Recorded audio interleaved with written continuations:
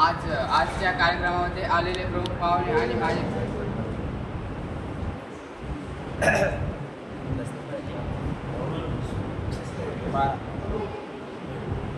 अस्सलाम वालेकुम। आजच्या कार्यक्रमामध्ये आलेले प्रमुख पाहुणे आणि माझे प्रिय मित्रांनो, आज तुमच्या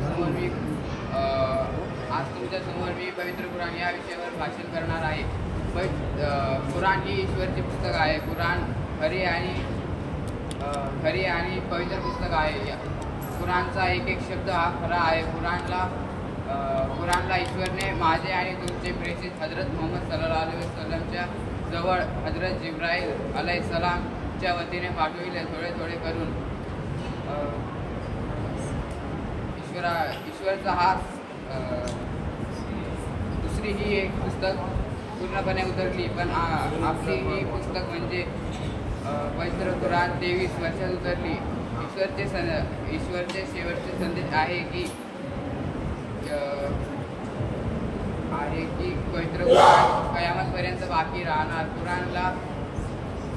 कुराण कयामतपर्यंत बाकी राहणार।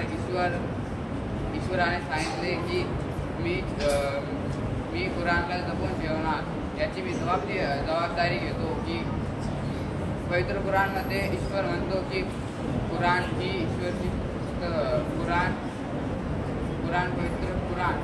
पवित्र कुराणमध्ये ईश्वर म्हणतो की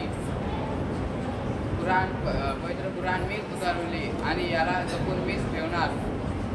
माझे मित्रांनो, पवित्र कुराण एका इमानवाल्याला हे ऐकणे जरुरी आहे की पवित्र कुराण ही खरी पुस्तक आहे।